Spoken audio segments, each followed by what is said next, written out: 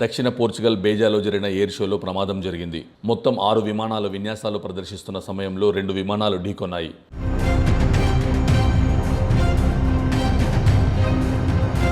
ఒకటి వేగంగా పైకి దూసుకెళ్లి మరో విమానాన్ని ఢీకొట్టింది. దీంతో 2 ఒక్కసారిగా కుప్పకూలాయి.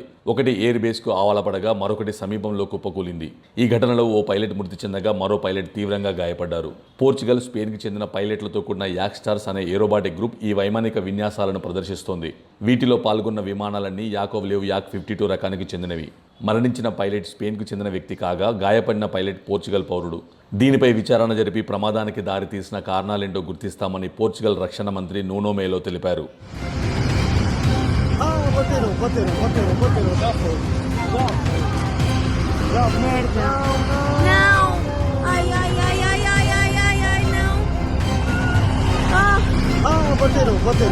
Bateram, já foi.